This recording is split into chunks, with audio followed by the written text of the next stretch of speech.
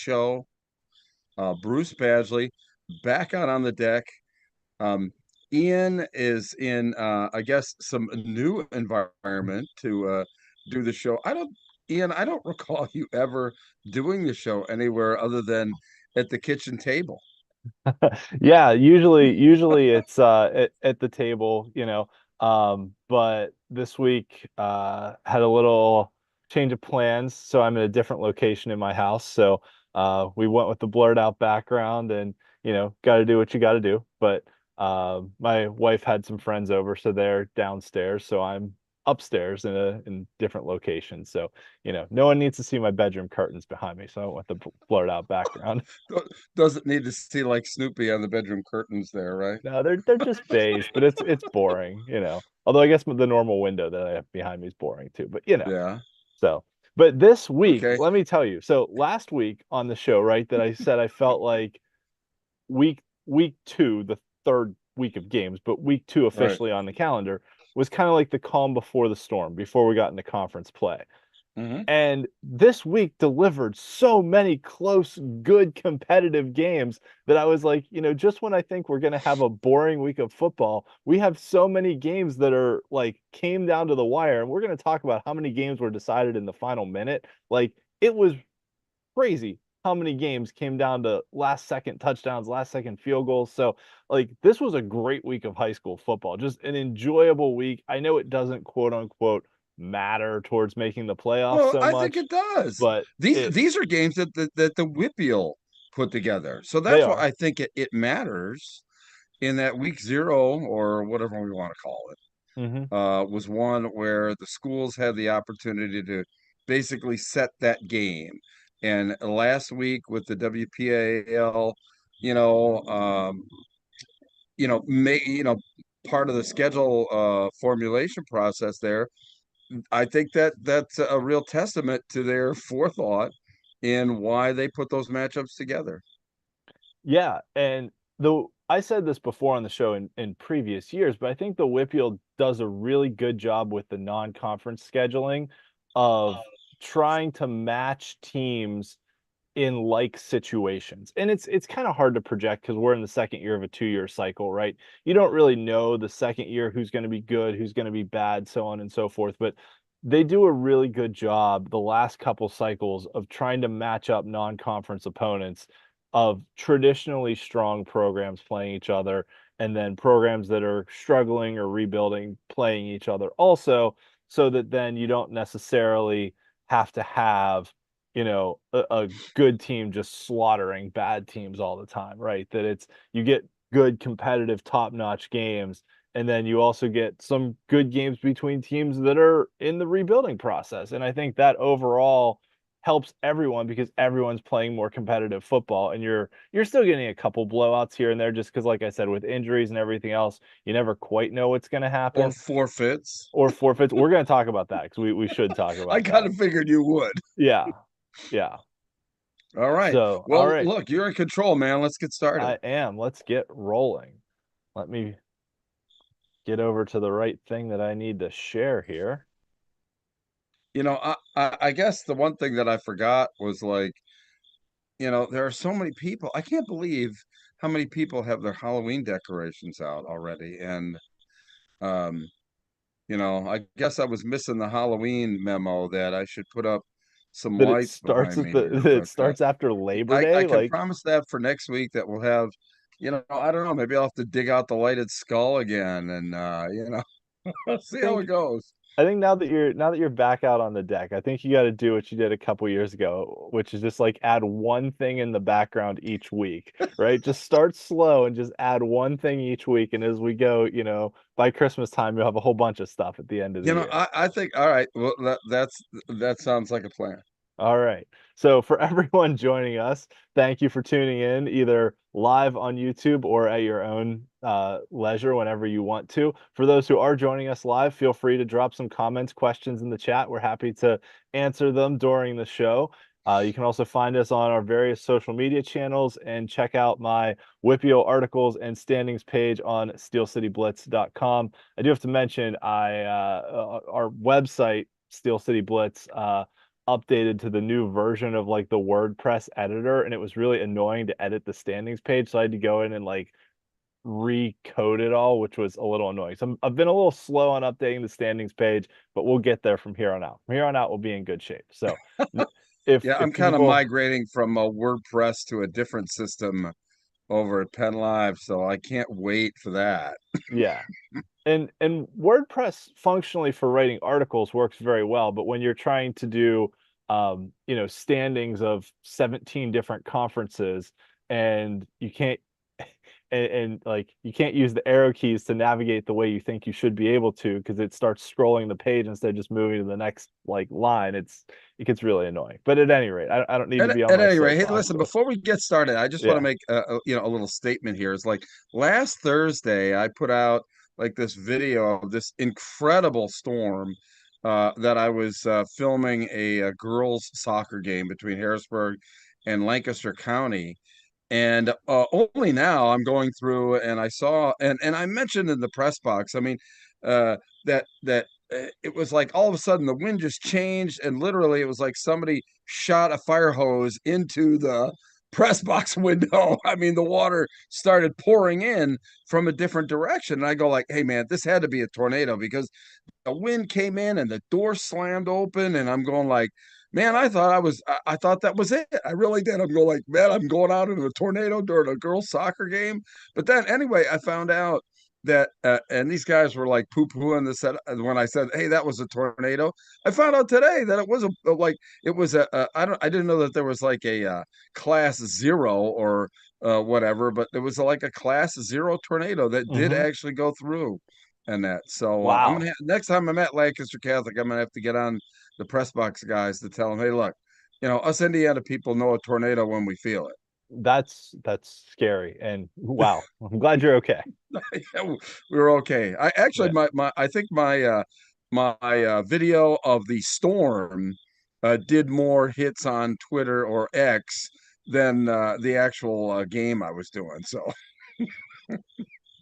all right. Anyway, All I right, digress. let's roll. Let's talk about some big results that happened this week. So the two biggest ones at the top, Thomas Jefferson beating McKeesport and Bell Vernon beating Central Valley.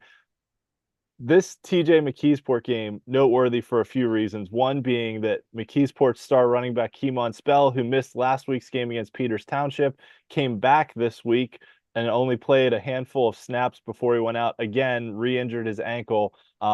He said after the game he might be out for a couple weeks. So we'll see. Hopefully he heals up quickly and can get back because he makes a huge difference in McKeesport's offense. McKeesport held a 7-3 lead for almost the entire game, and then Thomas Jefferson came back and scored a touchdown in the waning seconds and then kicked off and got a pick six on the last play of the game. So the score may be a little deceiving here at 16-7. It was 7-3 until about 20 seconds left in the game when TJ scored to make it 10-7, and then they got that pick six to make it 16-7 as time expired. So Wow. this was a very close game in a rematch of last year's 4A championship game. But I think McKeesport's a totally different team if they don't have Keemon Spell. So that's definitely something to keep an eye on as we move forward.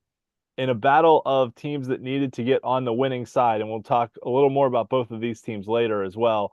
Bell Vernon edged out Central Valley. Bell Vernon with two fourth quarter touchdowns to come back and beat Central Valley in that one. So congrats to the Leopards. Their new coach Scott Breyer getting his first victory in the post Matt Humbert era. So Bell Vernon back on the winning side. Central Valley now 0-3, and we'll talk a little bit more about them later, so I won't get too much into it now. Our games of the week, I have a separate slide on this because there was a ton of last minute winners, as I alluded to in the open to the show. Sure. So we'll move on to the upsets. In the KDK radio game of the week, Avonworth went into the pit / Heinz Field and beat Aliquippa on their home turf, which going and winning at Aliquippa is incredibly tough for anyone. So, and to do it in that fashion, I think Avonworth's defense had 3 or 4 interceptions. They really stifled Aliquippa's offense all game. Very impressive performance from the defending 3A WPIAL champions. And then Bishop Canavan also going on the road and winning at Steel Valley, where Steel Valley hadn't lost in like 4 or 5 years at home. So Sure. another tough road win for a 1A school, Bishop Canevin, going to a 2A school, Steel Valley, and beating them on the road. So a good win for Bishop Canevin, who had started the year 0-2, although one of those losses was to that Clarkson North team from Canada that plays a handful of, Pennsylvania teams every year. Yeah, I saw them actually just a couple weeks ago. Yeah, yeah. So I'm not going to get too worked up about Bishop Canevin losing to them in week 0, but still good for Bishop Canevin. Subplot to that game too was Bishop Canevin's head coach Rod Steele used to coach at Steel Valley a few stops ago. He was a couple other places as well, but kind of a revenge game there for him going back to his old stomping grounds. Some other noteworthy results: Freeport gets a huge win over Quaker Valley in a battle of 3A undefeated teams. Plum beating Gateway. This one was noteworthy to me because Plum was kind of in the mix for that 5A wild card last year, as was Gateway. So potentially, if we're looking forward towards playoff time, if these two teams are in the mix for a wild card, this game could be a decisive and important result. Hmm. Gateway starting off 0-3, which is a bit surprising considering Gateway's storied history. Though I will note that I think Gateway's starting quarterback got injured, and so they're on either their second or third string quarterback now, which does certainly make a bit of a difference. And they had a pretty young roster there too. But nice win for Plum, beating a Gateway team that traditionally had just stomped all over them. So good win there. Montour and Trinity were in just an absolute back and forth shootout that Montour emerged victorious over Trinity. So another win that in 4A, where only 8 teams make the playoffs, those teams are in different conferences. So that one could be a decisive result if we get down to, certain wild card scenarios, depending on how those teams finish in their respective conferences. And even if it's not wild card scenarios, those are two pretty talented teams. So that could be a decisive result for seeding, as well as the WPIAL committee starts to look at teams head to head when they have to seed them. And then finally, Clairton getting a forfeit win over Shadyside Academy because Shadyside claimed that they didn't have enough players to play. So this is one that I think is noteworthy because I want to talk about. Hello, dear. How are you? Good. Can you say hi? This is Margaret. Hi, She's Margaret. 5. She just started kindergarten. Oh, It's wow. past your bedtime. Yes. All right. Good night. Hey, as I say, you never know who's going to stop You by. never know who's going to stop by, right? It's a family show, as we like to say. All right. So, Clairton versus Shadyside. So let's talk about this, right? Shadyside Academy uh decided to forfeit the game because they claimed they didn't have enough healthy players. Now, in the middle of the week when the story came out, they said normally their roster is about 40 players, and they had somewhere This is between, 1A, right? well, Clairton is 1A, Shadyside is 3A or Oh, my. 2A. Okay. All right. Um Okay. yeah. So uh Shadyside was, well, they were 3A. They might have moved to 2A. I think they are 2A. I think they're in the same Okay. conference as Seton LaSalle. But at any rate, right? Um so uh so at any rate, right?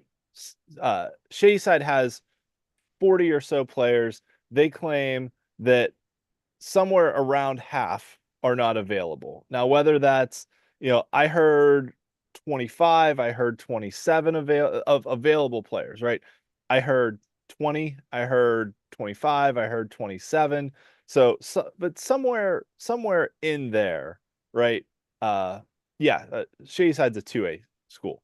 So I've seen a team with as few as 15 well, healthy players go out and play. yeah. And Clairton is a 1A school. Now, and Clairton, by my count of their roster on Max Preps, which may or may not be completely accurate, but Clairton has 33 players on their team. So Shadyside saying they couldn't play a game with somewhere in the neighborhood of 20 to 27 players. Well, let's split the difference and we'll just call it 25, right? They initially claimed they only had, we'll say, 25 players available, which is more than enough to play a 1A school, right? Last year, let's not forget, going back last year, the PIAA forced Westinghouse in the Pittsburgh City League to play a City League, I think it was the City League championship or semifinals, with only 11 players because they had a bunch of Yes, I players that remember were that. I remember suspended that. from a fight the week before where players came off the bench and Yeah. were involved in an Well, it altercation. wasn't a health issue. It was the fact it was just a suspension issue, which I Right. think are two different things, clearly. But Yes. But still, they only had 11 players and the PIAA forced them to play.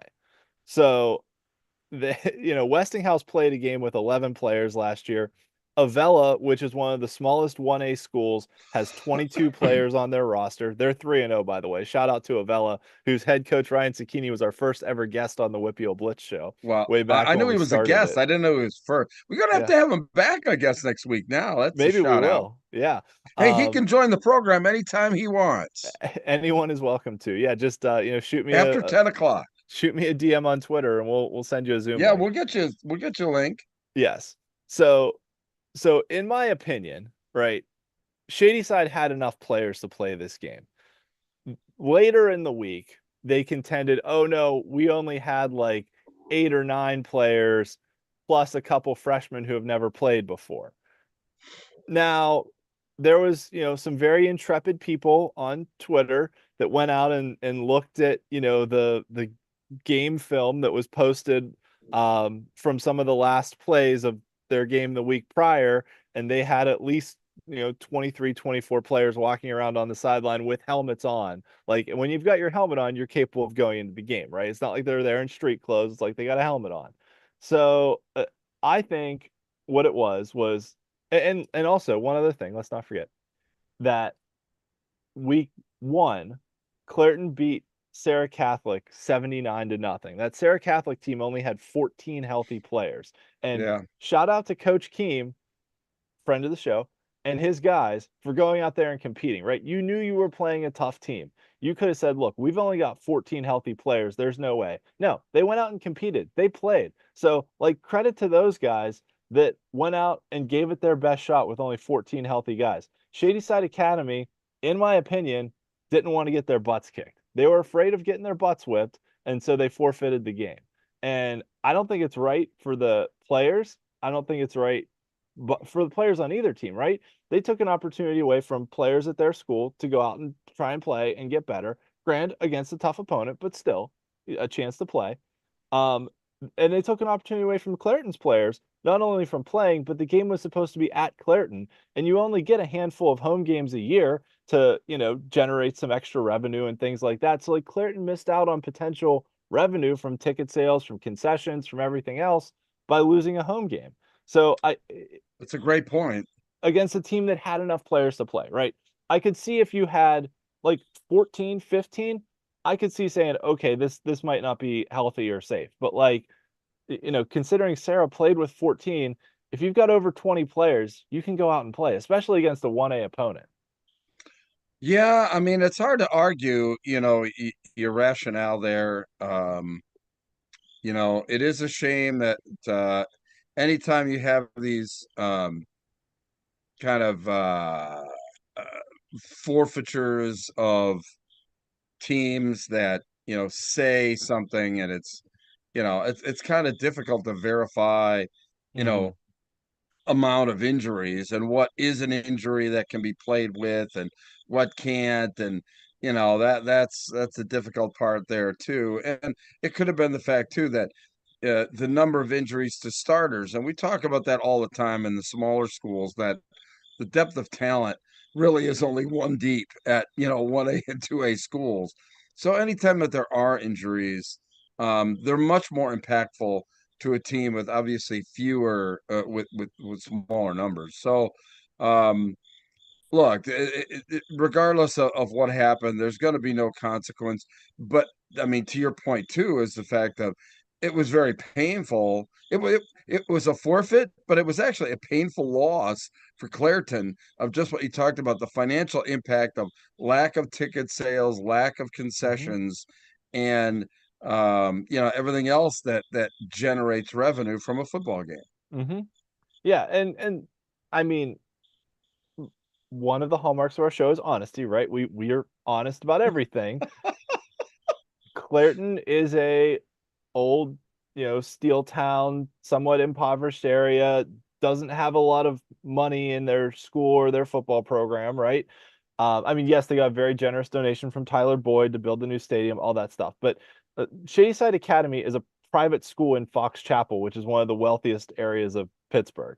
So this is also a private school that has plenty of money No, let's call canceling it a not. game. Let's call it a non-boundary school. Non-boundary school. Yes. That's the Non-boundary school. politically correct way, All right? right. But still, right there, it's a non-boundary school located in one of the wealthiest areas in Western Pennsylvania, forfeiting a game to a team from a community that is not among the wealthiest areas in Pennsylvania. And it just is what it is, right? I mean, It we're is we're what it honest, is. right? It's Well, that's part of our shit, right? We're that's I'm just relaying the facts here, right? I'm not editorializing. These are the facts of the matter. So I think it's a bad look all around for Shadyside.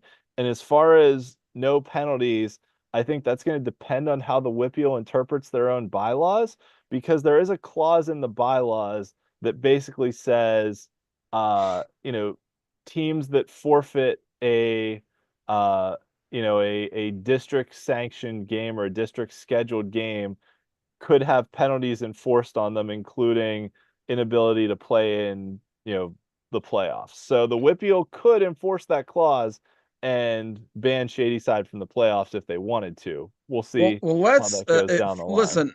We do this show with live chat so that we have an opportunity for fans to become part of the show. And I want to thank Darksider 20076 for putting his opinion in on this. And look, we're more than happy. Please go to YouTube and on the live chat. And if you've got an opinion on this matter, definitely put it. So Darksider says forfeiting with 11 or more players is unacceptable.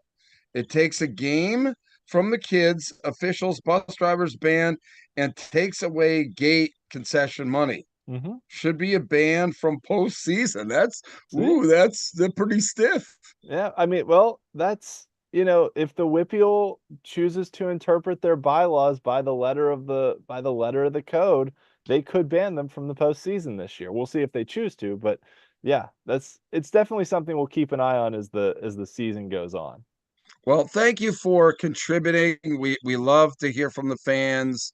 The show is for the fans, and that's the reason why we do this at 9:30 at night.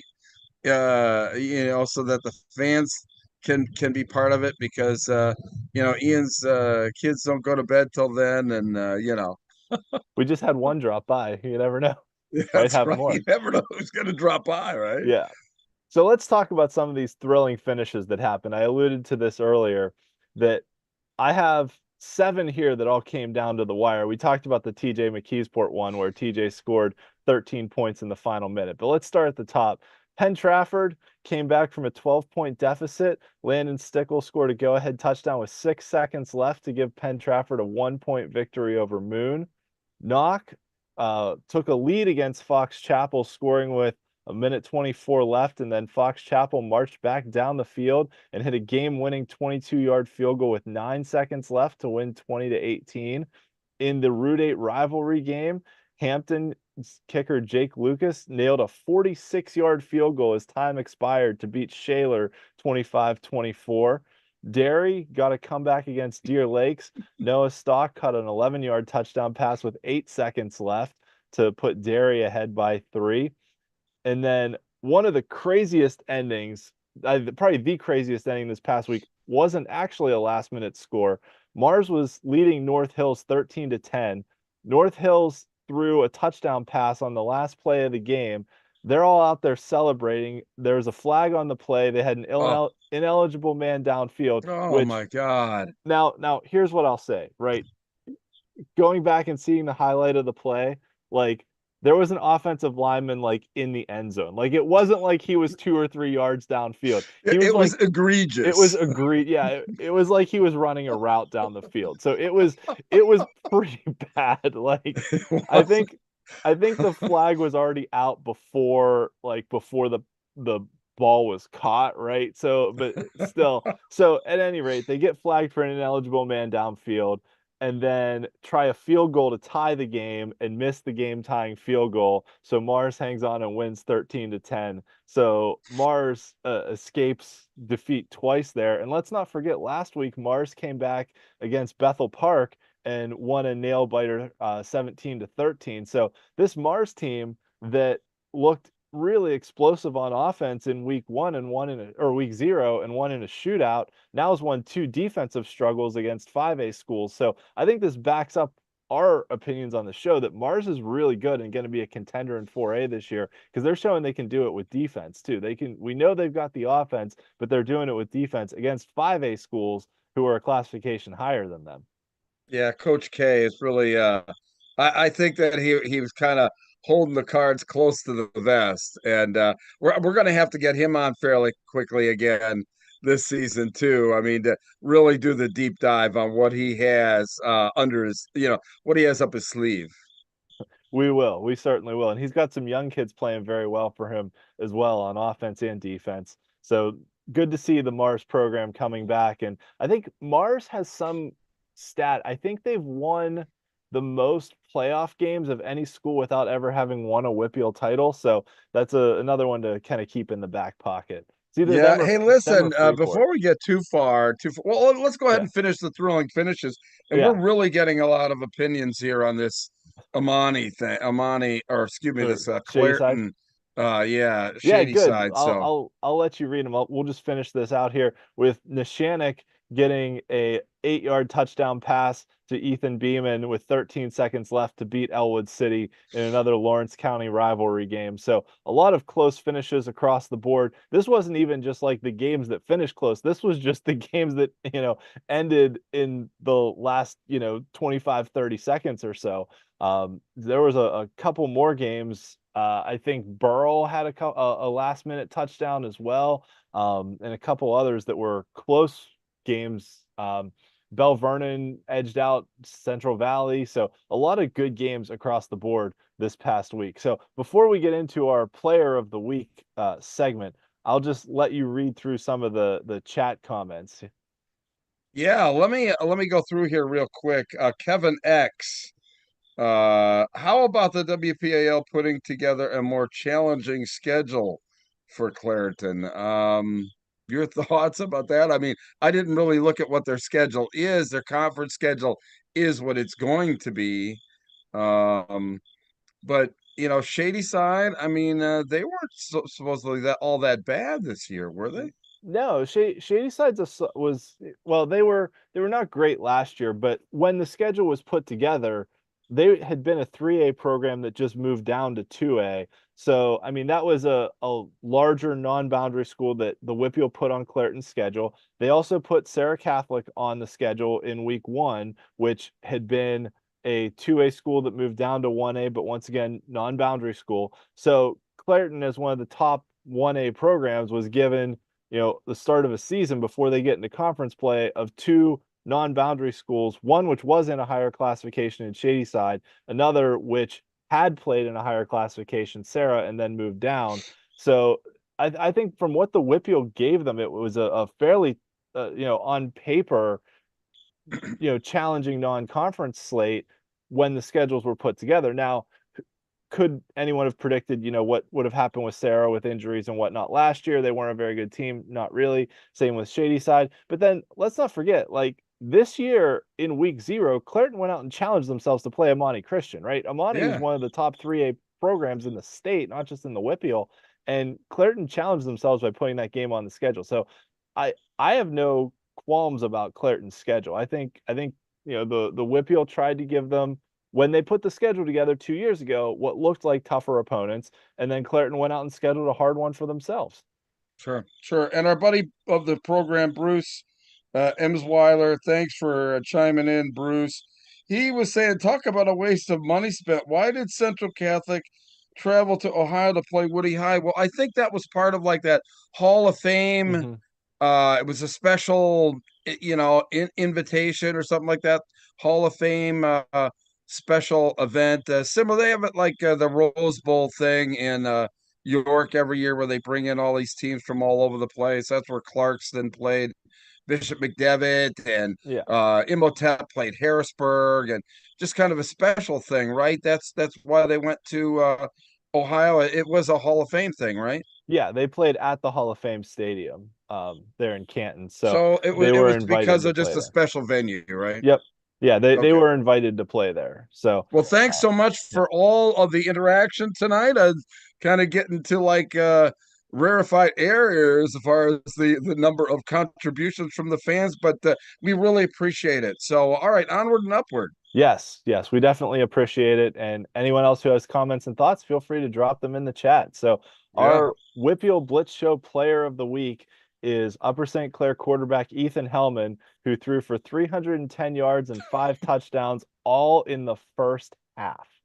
Like, You know, we've seen these numbers in a whole game, but all in the first half against a Franklin Regional team that made the playoffs last year is pretty impressive. well, the only thing that it was a little uh I don't want unnerving is the fact that this is the first like MVP that we've had in recent memory that didn't start with like 6 touchdowns. But still very deserving. Yes. Yes, absolutely. So we've got some stats here from his huddle page. And I mean, this kid throws a great deep ball. I mean, look at, the arm strength he's got and the the talent Upper St. Clair has. I mean, they've got to play in a brutally tough conference with Peters Township, with Bethel Park, with Moon, with South Fayette, but they navigated that conference last year and went undefeated and were the number 2 seed and lost the defensive struggle to Peters Township in the semifinals.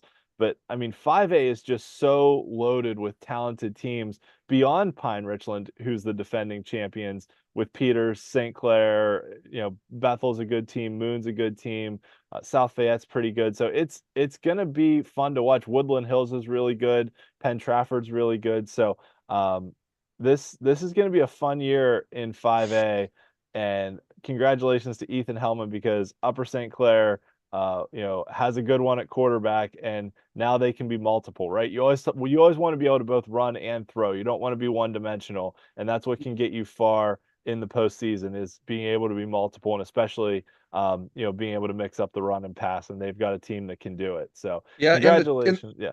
in the chat too, a WPJ, I'm guessing it's L, commenting on why Central Catholic played uh Woodland Hills in Ohio. He said that both schools have alumni in the Hall of Fame, so it made Hmm. sense for them to go and play at the Hall of Fame tournament there. So good stuff, man. Great information from our fans to help us out with the show. Yeah. There was a period of time where Woodland Hills had more players in the NFL than any high school in America. I don't think that's true anymore. Now, did Gronkowski play at Woodland Hills? For 1 year, for his What, senior right, year, for he one did. year. And Yeah. I remember the big controversy about him coming down and playing Yeah. and everything else. So Yeah. But there was a period of time where Woodland Hills had the most active NFL players of any high school. Aliquippa, I believe, has the most Hall of Famers of any high school in America, wow. which is pretty impressive. But Is the is there anybody from Central Catholic besides Dan Marino in the Hall of Fame? oh, that's a good question. I'll have to think about I that one it for a just came minute. to mind. Maybe Yeah, some of the fans can chime in on that. I don't know. I know that obviously it's Dan Marino. I didn't know if there was anybody else from Central Catholic. yeah, because in Woodland Hills has Jason Taylor in the Hall of Fame, but then Steve Breston, Rob Gronkowski, Ryan Mundy, Miles Sanders. Well, Gronkowski isn't in the Hall of Fame yet, is Yeah, he? right. No, not yet. No, I'm just running through other NFL players from Okay. Lusaka Polite, who was a pretty good fullback back in the day, Yeah. Shante Spencer. So Woodland Hills had a really good run. I'm not sure about Central Catholic. Well, that's okay. See, this Yeah. kind of discussion is what get the chat flying. So, all right. Well, let's go Yes. through top performers. Yeah. So some of our other top performers, in addition to Ethan Hellman, include Amani Ward from Ringgold, who had 240 rushing yards and 4 touchdowns. Evan Devine, the quarterback from Bethel Park, who had 4 total touchdowns. Antonio Perkins from Burrell, who accounted for all 4 of their touchdowns. Aaron Walsh, a 5 touchdown performance for Chartiers Houston. And then the North Catholic Blackhawk game, this game ended up like 65-49. Like there was not much defense in this That's game, correct. right? This was just a shootout on all levels. But just the stats the players put up in this game. North's QB Joey Felitsky had 249 yards, 4 passing touchdowns, and a rushing touchdown. Logan Shade, their running back, had 345 yards and 4 touchdowns on the ground. And then on the other side, Blackhawk had 2 running backs over 100 yards and that found the end zone multiple times. So, Wow.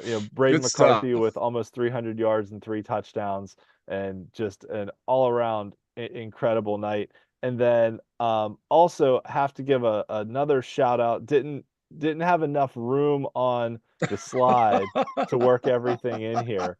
But just another shout out to a freshman quarterback from Shenango, Caleb McConnell, who accounted for all 4 touchdowns in their win over Mohawk. So pretty impressive for a freshman quarterback to come in at this point in the year and start.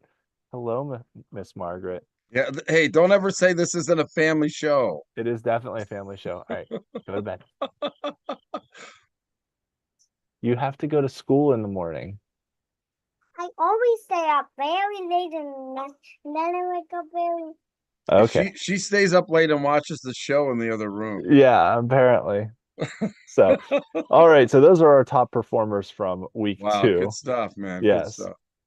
All right. So our streak watch, the longest active winning streak in the WPIAL came to an end when Carmichael's lost to Fraser.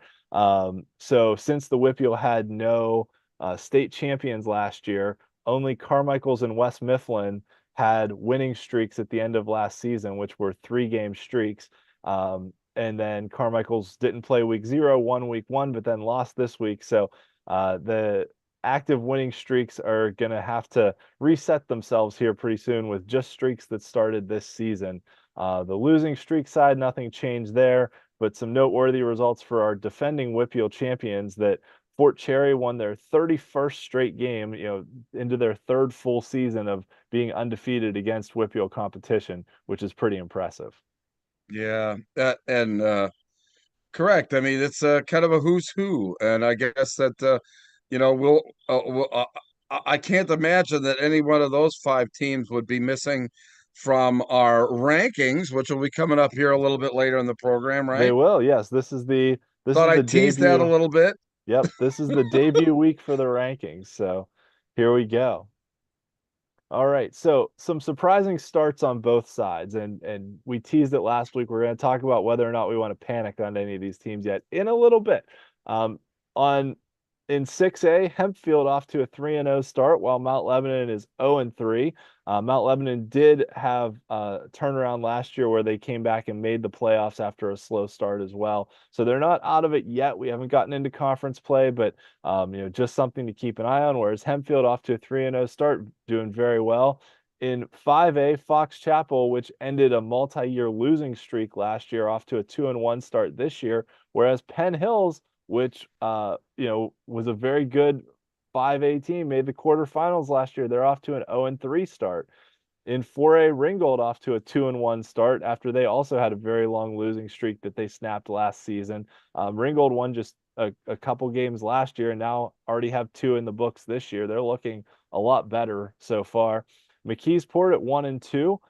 Both of their losses were against tough competition, but we'll talk about them in a little bit as well. In 3A, Hopewell off to a 3-0 start after they narrowly missed the playoffs last year. That's a really talented Hopewell squad. I think we need to try and get their head coach on to talk about what's going on there too, because they've been a really impressive turnaround story. Central Valley off to an 0-3 start after that loss to Bell Vernon last week. In 2A, New Brighton, who had gone through some tough times, now off to a 3-0 start. And Keystone Oaks, who was a playoff team last year, starting off this year 0-3. A little bit concerning there. Laurel and Avella in 1A. We mentioned Avella earlier, but Laurel also off to a 3-0 start. Very impressive for Laurel because they've played multiple teams from 2A and they've beaten them. So a really good start for Laurel. Avella also off to a 3-0 start. And then Rochester, who was a playoff team last year, traditionally pretty strong, but off to an 0-3 start this year in 1A. So let's talk about that panic button. And who are we ready to smash that panic button on? Yes, panic button. The Yes. often what is that? Often uh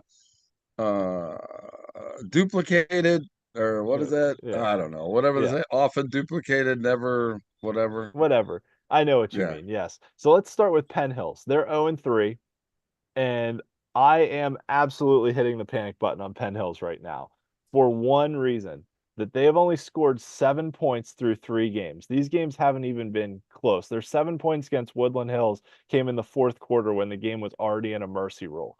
So their starting offense has not put any points on the board through 3 games. So if I'm Penn Hills, I'm absolutely panicking because they're sitting at 0-3, lost to a 4A Newcastle team, a 5A Woodland Hills team, and a 6A North Allegheny team. But last year they played North Allegheny really close. So getting blown out by like none of these games were, other than Newcastle, really close, and they haven't produced much on offense. So I would absolutely be worried about Penn Hills right now with their lack of offensive production. Yeah, it's hard to disagree with that. And regardless of what you say, lack of the offensive production, I mean, there were expectations for this team. I Mm-hmm. mean, and that's the reason why.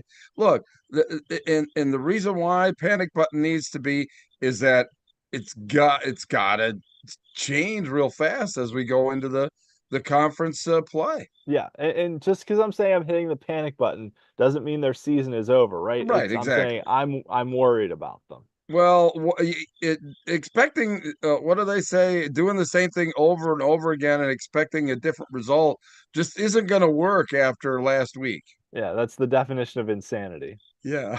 Yeah. So Franklin Regional, similarly, I'm also hitting the panic button here for the opposite reason, because their defense can't stop anyone. And Franklin Regional did lose a bit to graduation from a team that went to the quarterfinals in 5A last year, but they're sitting at 0-3 right now.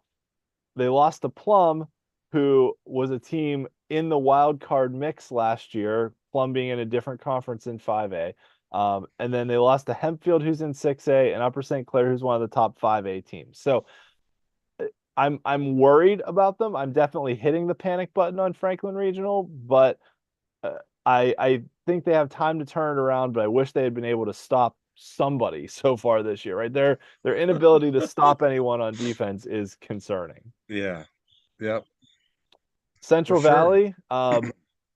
So Central Valley, as we've said many times on the show, has, no favors in their non-conference schedule. They're a 3A team.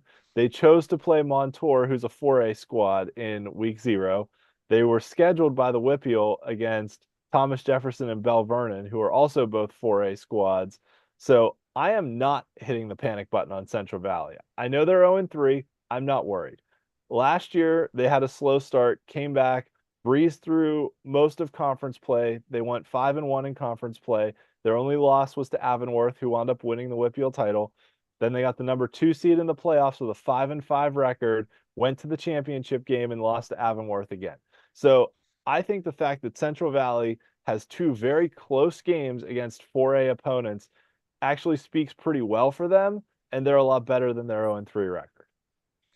You know, it's hard for me to not press the panic button because of the expectations that they have. I mean, you would think that there would be some level of improvement, okay? Because the expectation and the goal for a Central Valley program is to win a WPIAL championship in 3A.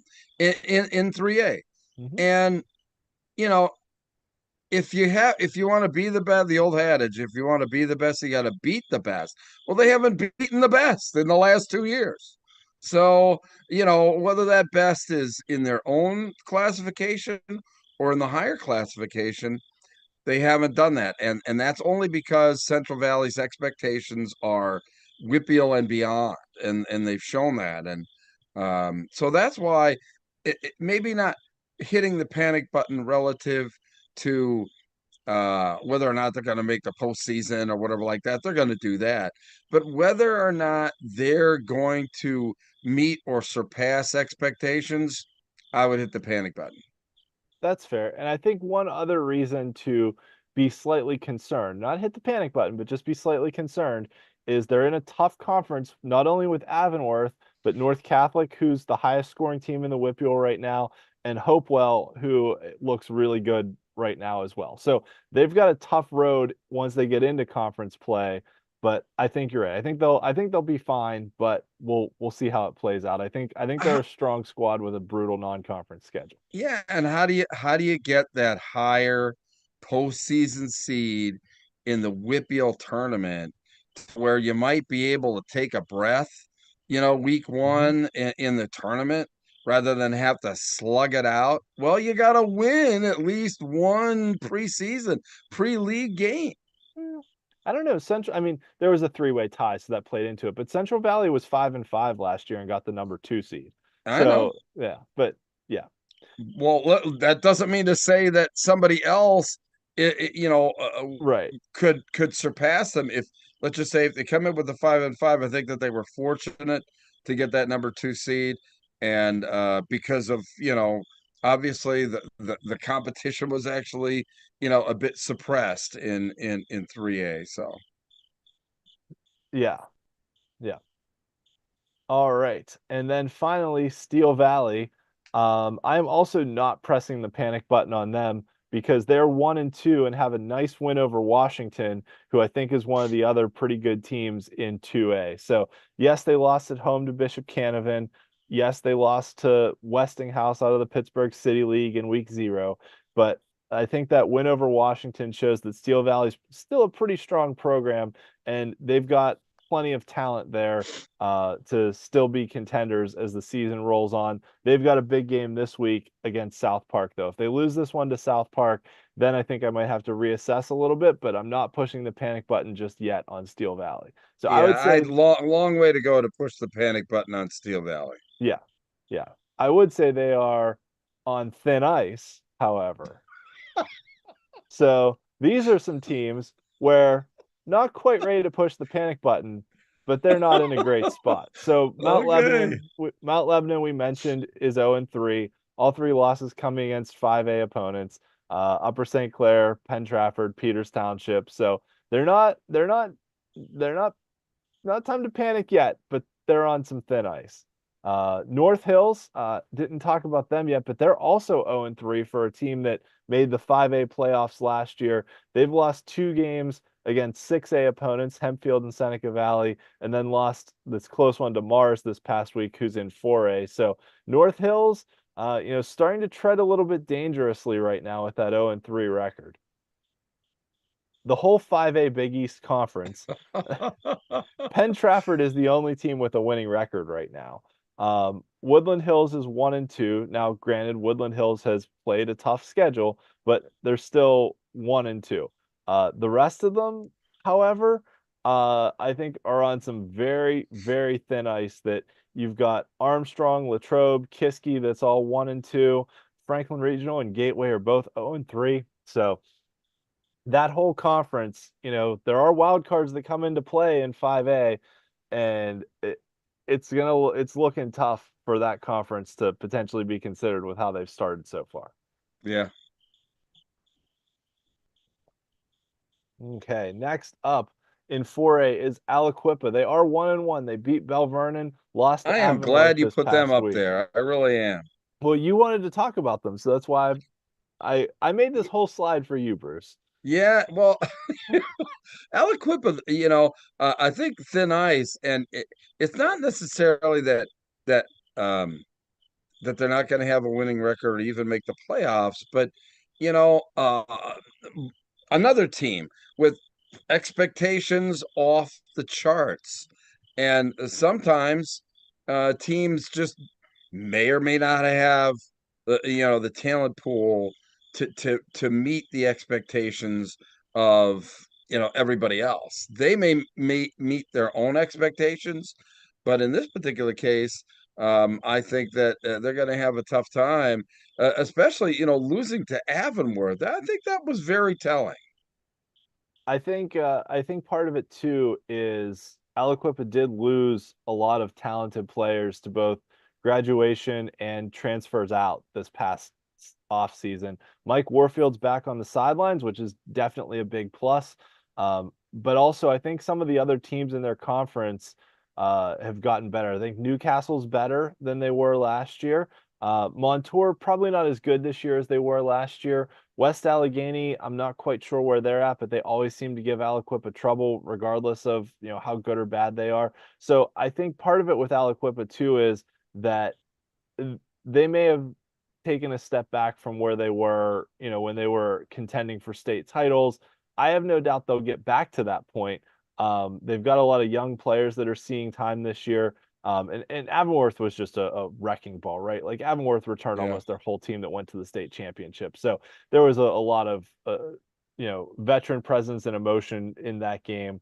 I think Mike Warfield will get Aliquippa on the right track. Like you said, I have no doubt that they'll make the playoffs and be right in the mix again. But I think you're right, though, that Aliquippa has these certain expectations. But I think it's also noteworthy here that because Aliquippa didn't make the WPIAL championship game last year, that if they once again don't get to a certain point, they won't have enough like points in the success formula that the PIAA has to keep them forced up. Now I don't know what the transfer situation is, if the PIAA is going to try and keep them up or if they'll let them move back down. So Yeah, an I don't know interesting about all that long-term garbage situation anyway. to Yeah, watch. All what a right, bunch of next up is garbage. Bell Vernon, who lost to Aliquippa, but then turned it around and beat Central Valley. So this is one on the other side where, now in the post Matt Humbert era, I think Bell Vernon still has a very talented team. They obviously pulled it out against Central Valley, which was a win they needed to have. But let's not forget that they got a wild card last year. They didn't get one of those automatic qualification spots in the playoffs. So we'll see how the season plays out for Bell Vernon. I think they're in an okay spot right now, but depending on how the rest of their conference schedule plays out, we'll see how it goes. Moving up to 4A has not been kind to Bell Vernon. No, it was not. McKeesport, also in 4A at 1-2. And to me, it's not necessarily the losses, it's that Keemon Spell is hurt. And their whole off, I mean, he's the number one junior in the state for a reason. He is that good. And their offense runs through him a lot, literally because they run a triple option. Like it is, he is their Sure. offense. So can McKeesport overcome Keemon Spell's injury? To me, is the big question there, which is why I put them on this slide of being on thin ice. I think rightfully so. I mean, if you're so heavily reliant on one player like that, which it sure looks that way, you're on thin ice if that Yeah. guy's hurt. Yep. All right, and then finally another one in 4A is West Allegheny. They got a big non-conference win over McGuffey this week, but they have an overtime loss to Chartiers Valley, who's also a 4A team in a different conference, which if West Allegheny winds up in that wild card spot, that could come back to bite them. So Yeah. that's one that I'm a little concerned about moving forward, just as far as how that's going to kind of play out. Yeah. And we Okay. move on. In Beaver. 3A, yeah, 3A, I'm a little concerned about Beaver sitting there at 1-2. They were a really good squad last year. Graduated a ton of kids, have a good program tradition. But the other concerning thing for me about Beaver is just how stacked the rest of their conference is. They've got Avonworth, they've got Central Valley, they've got North Catholic, and now there's a Hopewell team that's sitting there at 3-0 that's blowing everybody out. So Beaver, I don't want to say they're behind the eight ball because there's wild card spots in 3A that they, potentially could get 5 teams in from that conference, but they're going to have a tough road to hoe in conference play and didn't do much in non-conference play to really help themselves. Yeah. All right, in 2A, Elwood City, Whew. the defending Midwestern Conference champions made it to the semifinals last year, sitting there at 1-2 with losses to both Laurel and Neshannock, who are both 1A schools. So I think that Midwestern Conference is still wide open in 2A. Really, all of 2A is wide open. But We're- 2 losses to 1A schools. I know they're both Lawrence County rivals, but that's a little bit concerning for me. So I'm putting Elwood City on thin ice, not dead in the water yet, but just on thin ice at this point in time. Well, we're not too far removed from the fact that Elwood City would have been happy with a 1-2 record I mean, yeah, we after are three only, weeks.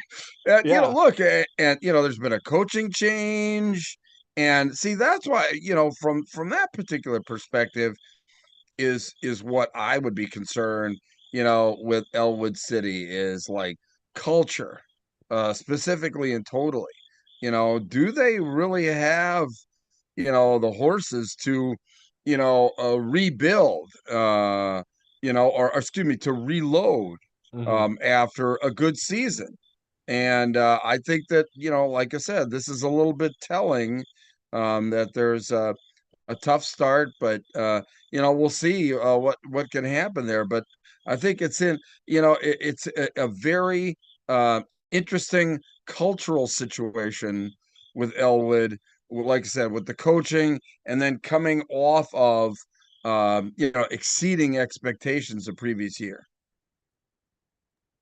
Yeah, absolutely. And I think part of it with Elwood City too is that the group of seniors, and there was a lot of seniors that graduated from last year's team, that group that started off with that winless season a few years ago, right, really worked hard and built themselves up to be that contender.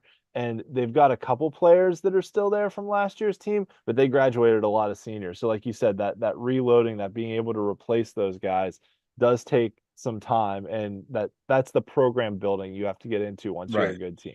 Correct. Exactly. And it just doesn't miraculously appear. Hmm. The final one I'll mention is Bishop Canavan. I think Bishop Canavan is going to be just fine, especially since they went out and beat Steel Valley. But the concern for me too is they are 1-2. And this is a Bishop Canavan team that's gone very deep in the 1A playoffs the last few years. So they're a team that has high expectations for themselves, and sitting at 1-2. Granted, their losses were to Clarkson and to Seton LaSalle, but nevertheless, I think probably not necessarily as good of a start as Bishop Canavan was looking for to the season. I think that any team, and thin ice meaning, you hit that third loss too early in the season. You okay? You hit that Yeah, third I loss. have to relocate here. So I'll go. You talk. Three losses too early, before the halfway point of the season, I think is really uncomfortable, and in some cases might be look till next year for a lot of teams. So you going outside now too?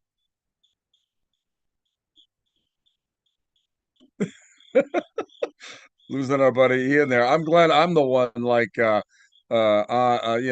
generating the broadcast here. Here he goes. He's got the light on. Are we back to familiar surroundings? Yes, we are.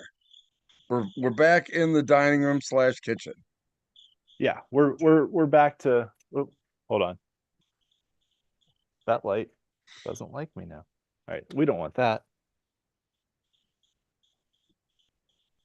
Live TV, Yes, yes.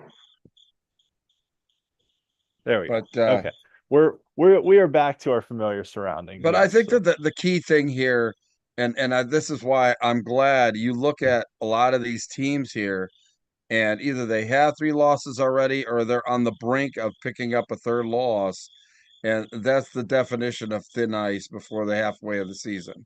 Yep. Yeah, you're absolutely right. Hit the nail on the head there, and that's why we had not only the panic button but the thin ice slide. Love it. Yes. Okay. So, as we move on now from the non-conference play into the conference schedule and part of the year, uh, we have conference play beginning for a lot of teams, actually, teams in 7 and 8 team conferences, and even some teams in 6 team conferences. We'll have a couple conference games here and there over the next couple weeks before we get to week 5, where everyone's playing conference games. But for now, we're getting into the thick of it, and we will have some conference games that absolutely count towards those automatic playoff qualification spots coming up here starting this week. So our games of the week, we've got a matchup of undefeated teams in 6A between Hempfield and North Allegheny, which I'm pretty excited for this because, with the way the 6A teams have been the last couple years that had to play some tough 5A opponents, don't often get a matchup of unbeaten 6A squads. So this one's definitely a good one for not only kind of the pecking order in 6A, but how much has Hempfield improved so far, and how much of a did North Allegheny take a step back, or are they still just the same old North Allegheny that's, the top competitor to Central Catholic, which that game will be coming up here soon too, that NA Central game. So big one in 6A this week. In 5A, Penn Trafford, we talked about them being the only team with a winning record in that Big East Conference. Woodland Hills is the defending Big East Conference champions. So that's a big one to determine if Woodland Hills can get things right and get back to being, the team to beat in that conference. A win here for Woodland Hills gives them a pretty easy road to winning that conference title. Penn Trafford a win, sets them up pretty well as well. So I think I don't want to say a week 3 game is going to decide the conference title, but it probably will decide the conference title. In 4A, a non-conference game between two teams that were semifinalists last year, Aliquippa and Mars. And I think this is a big one for both schools, right? Talking about just where you are as a program, right? If Mars can go out and beat Aliquippa, a team that's beat them in the playoffs a few times, that would be just puts them in another huge stratosphere. Yeah, that would be a program defining win for Coach Casper if he can go out and beat Aliquippa. And for the Quips, they're trying to get back on track after losing to Avonworth last week. So this is a big game for both of these squads. It's a non-conference game, but I think it's still a really big one. Yeah, clearly. In 3A, we talked about Hopewell being one of the teams with a surprising start and Beaver being one of the teams on thin ice. So I think this is a big one too, because Beaver was a playoff team last year. Hopewell just missed. So how does Hopewell now stack up against a conference opponent? They've done really well in non-conference play, but now they're into the conference schedule, whereas Beaver needed some tune-up games, trying to work in some new starters on that offense. Lost to Mars, lost to Amani Christian. So how does Beaver stack up now against Hopewell, as two teams kind of going in different directions, right? Beaver finished in a three-way tie for the conference title last year. Hopewell just missed the playoffs. Hopewell looks a little better. Beaver looks like they've taken a step back. So how's this play out in the pecking order in that Western Hills Conference? Yeah. Hey, we want to shout out to our friends at Lawrence County Sports and that chiming in on our chat there and watching the program tonight. Thanks, guys. Yeah, much appreciated. You guys are great. For anyone They who are. wants to know about any football happening in all of Lawrence County, go check them out because they do a great job. They broadcast a bunch of games, they stream them, they're on Twitter. It's awesome. So they do a great they job. mentioned Thursday night conference games start Riverside at Union. Yes. Riverside was a really good defensive squad last year. Finished second in their conference, I believe. Yeah. And right behind their rivals, Elwood City. So going to be interesting to see if they can keep it rolling this year. And Union off to a bit of a slow start, but conference play getting rolling, and you never know what's going to happen. That's right. Not too far removed from an appearance in the state championship game. Yeah, you're right. That was when they were playing in 1A. They're up in 2A now, but that was wow, what a great story that was when Union made that was run. a great story that year. Yeah. So moving from that discussion of Lawrence County on the north end of the WPIAL to some teams on the south end of the WPIAL, Washington and Waynesburg. This is a good old school rivalry game. These teams were both really good. Met in the playoffs, I think a championship game back in the late 90s, early 2000s. Washington has always been kind of consistently good. Waynesburg went through a little bit of a downturn for some years, but now they're on their way back up as a program. So a big game here. Waynesburg beat Washington last year, and the winner of this one is really going to set themselves up to be that top challenger to Seton LaSalle in the 2A Century Conference, because Keystone Oaks is off to an 0-3 start. So the winner here really is going to be the top challenger to Seton in the conference. So if both of these teams, potentially having designs on winning a conference title, need to get through this game to put themselves in position to challenge Seton for that spot. In 1A, two big conference games that I think may ultimately potentially decide conference titles, although Jefferson Morgan may have something to say in the Tri-County South. First off, we'll start with Clairton and Greensburg Central Catholic, who have been the top two teams in the 1A Eastern Conference for the last few seasons. But don't sleep on Jeanette, who made it to the semifinals last year. But really, these are two of the top teams in the Eastern Conference. Both of them are loaded with talent, so this should definitely be a good one. And then Bentworth and California in the Tri-County South. California has kind of been the consistent contender for the last decade in the TCS.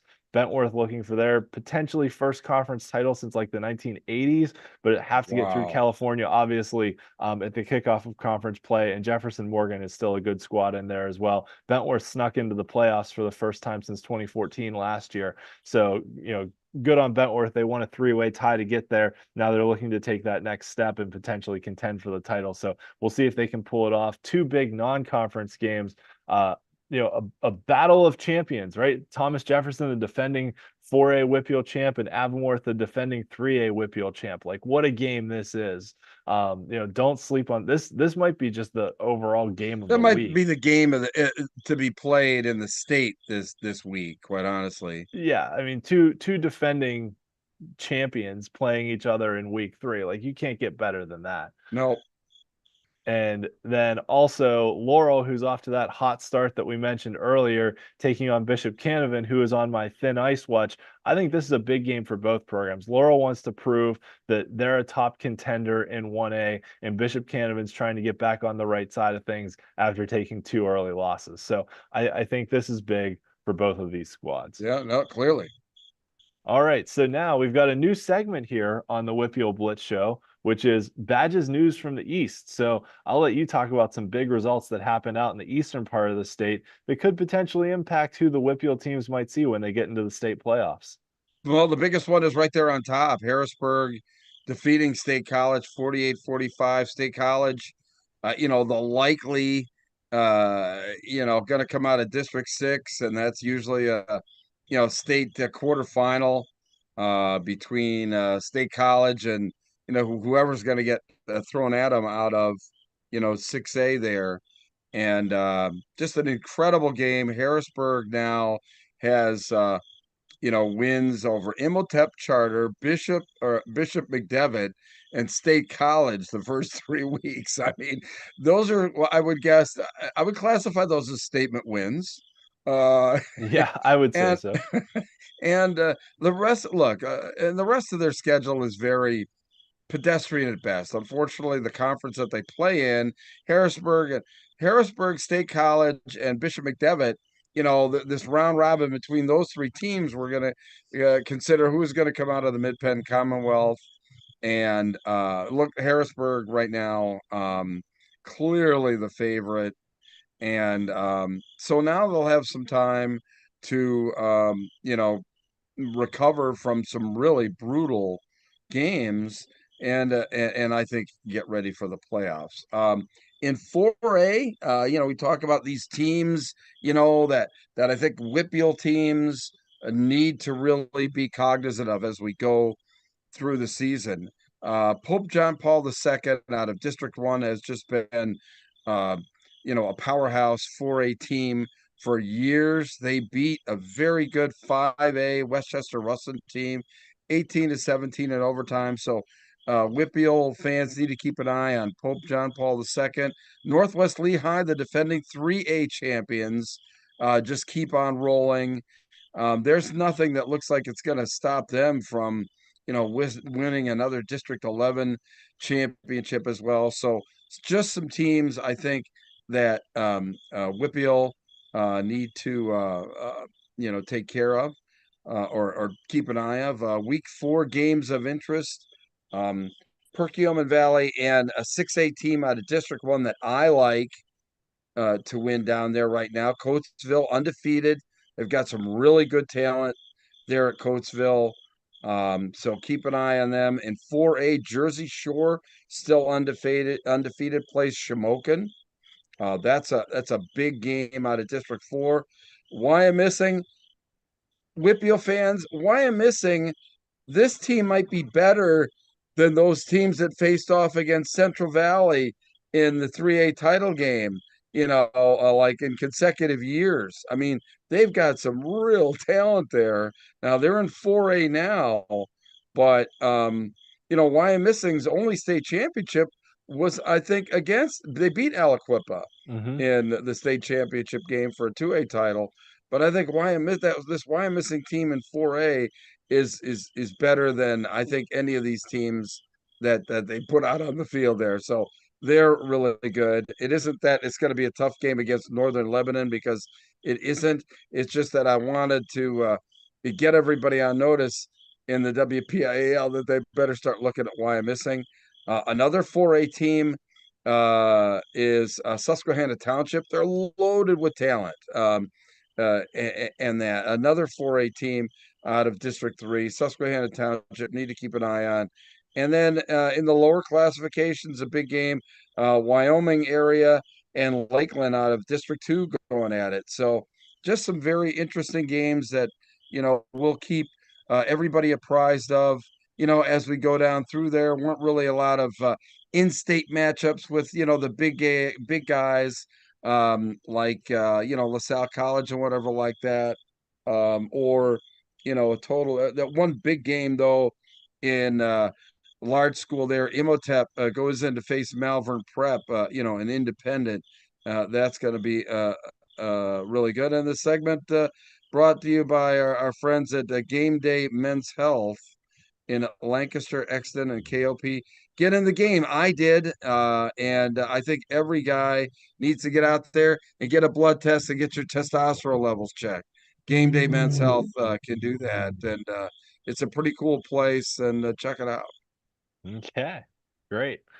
Well, so some week 3 broadcasts coming up from friends of the show. The KDKA News Radio team will be out at the McKeesport Bell Vernon matchup, and that's should be a good one between two Mon Valley rivals that had been traditionally in conference, in the same conference over the years, in different conferences now in 4A.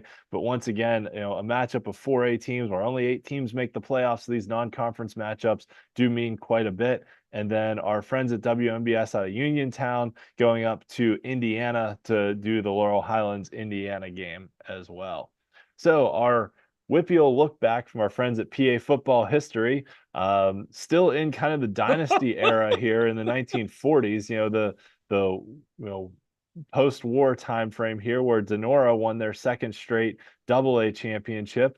They defeated New Kensington in 1945, and interestingly enough, this was almost a changing of the guard, because New Kensington would then go on to win the next 2 AA titles.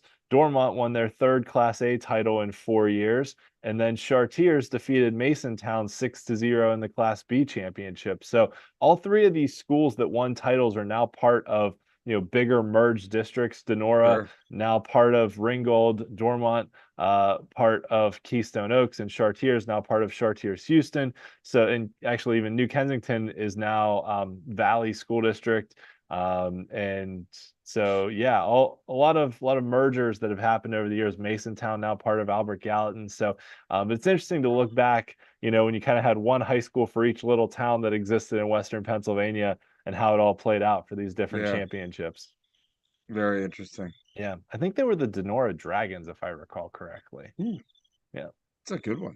All right, so this is the first week of our rankings. So we do have our rankings, and we did 3 sets of them: 5A, 6A, 4A, 3A, and 2A, 1A. So 5A and 6A, amongst the big schools, we pretty much had the same 5 teams that we thought were the cream of the crop in slightly different orders, but overall, that's pretty good. And agreement. I never know. We don't do any comparison, in this. In fact, I don't see anything to do with the show till the slide goes up there. So if I've made comments about it, I guess that's a good thing. We must have telekinetic powers where we're doing this stuff. And I will say I do my rankings before I get yours so that I'm not like biased by who you put in there. So I think it's always interesting to see kind of where we're on the same page and where we're a little Yeah. bit different.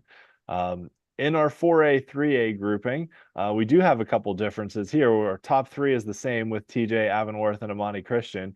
I've got Aliquippa and Mars, who I still think are among the top contenders in 4A, and you have two of the 3A top contenders with Elizabeth Forward and North Catholic. Hey, I did put the North Catholic in there for you, buddy. I mean, you're the I North appreciate Catholic it. alum, I and off saw of that. that big win over Blackhawk, I thought that was Yeah. impressive. So It was. I put him in Blackhawks a there. 4A team. I know. Yeah, they went out and that was a barn burner. I mean, 65 to 49 was, yeah, that was I know. It no would have been tough defense. for you to do it, so I did it. I appreciate it. Yeah. Oh, and I think also, thinking into the future here, right? That Aliquippa and Mars play each other this week. So, Yeah. and TJ and Avonworth play each other this week. So we'll have some games that help us make some We'll determinations have here some too. closure there. We will absolutely. And then in 2A and 1A, we both had the same top three teams from 1A, which was Clairton, Fort Cherry, and Laurel in slightly different orders. South Park was our top ranked 2A squad. I have South Allegheny being another top contender from 2A, and you've got Jefferson Morgan, who's been very impressive so far in 1A. Wow. I tell you what, I love the rankings.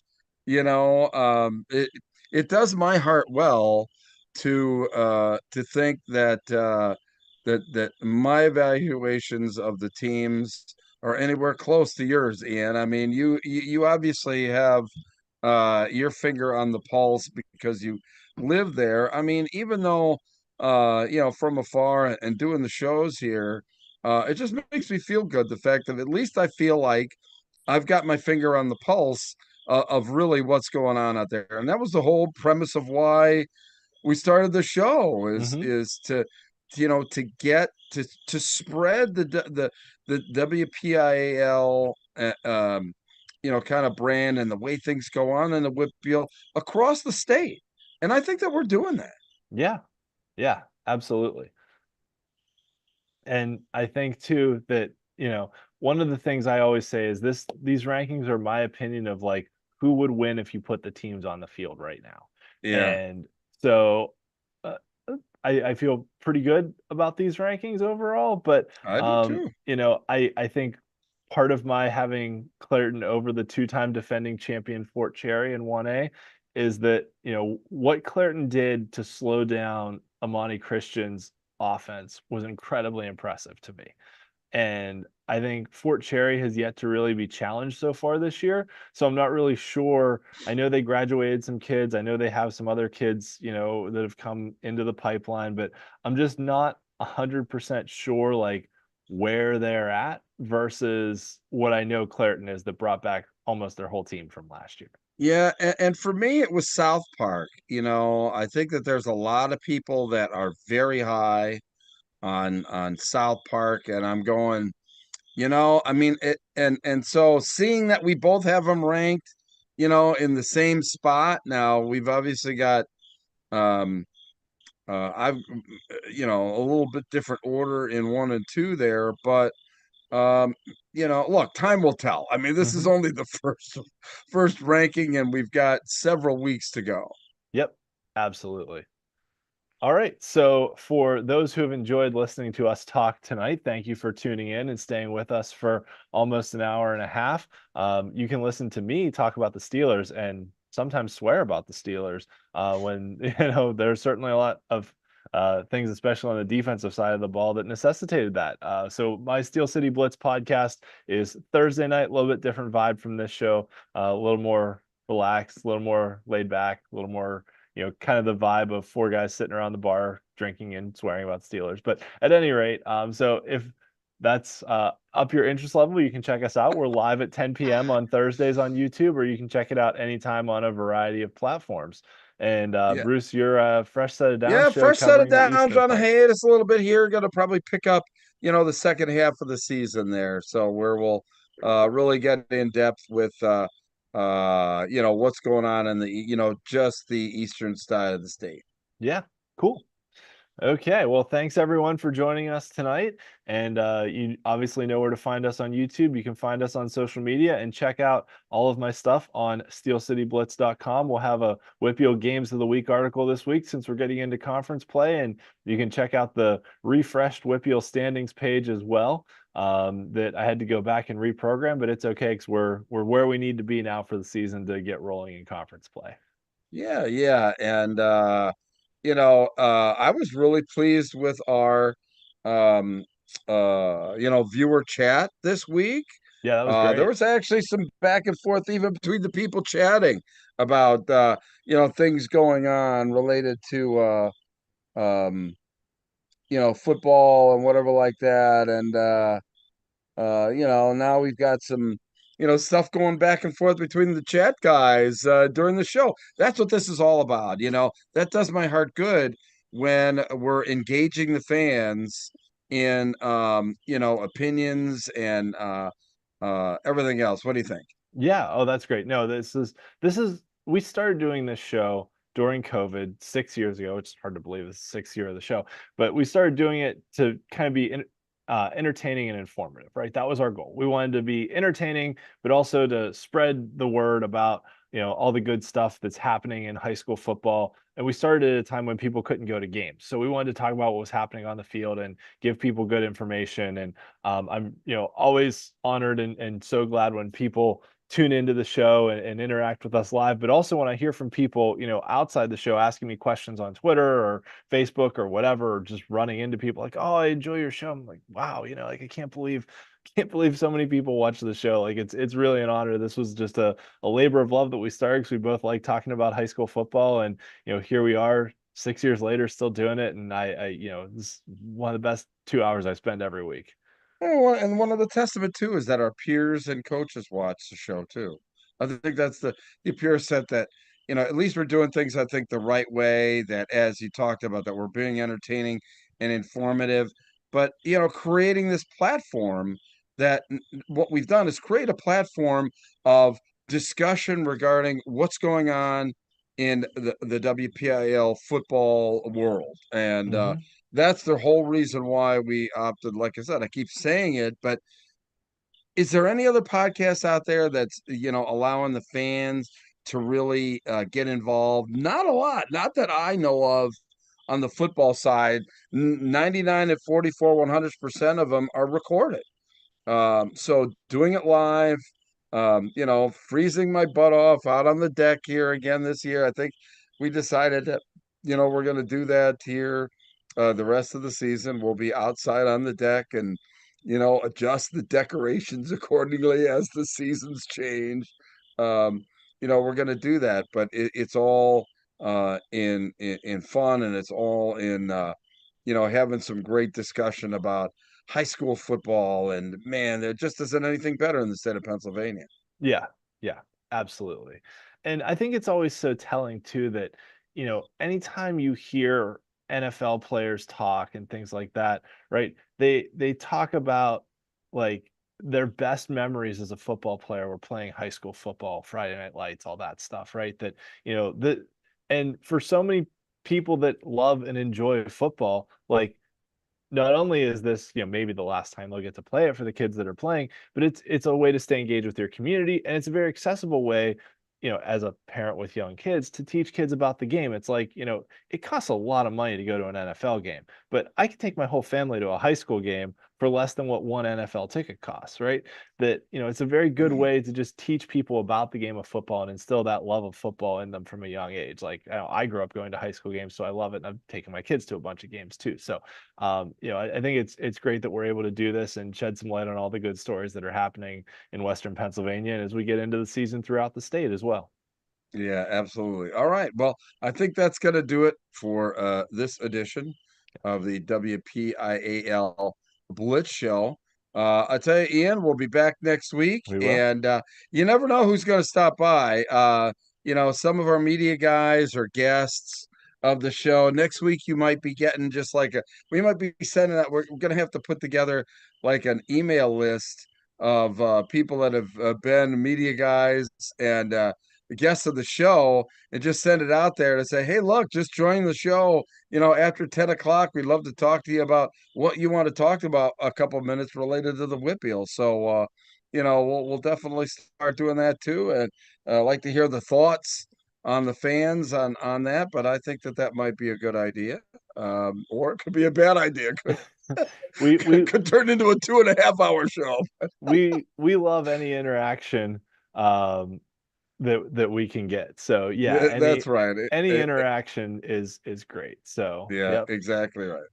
All right. Awesome. Well, listen, for my buddy Ian McMeans, hey, I'm Bruce Badgley. Listen, thanks so much for watching the WPIAL Blitz Show. We are back at our regular time, 9:30 p.m. on Monday after the kids go to bed next week. We'll see you then.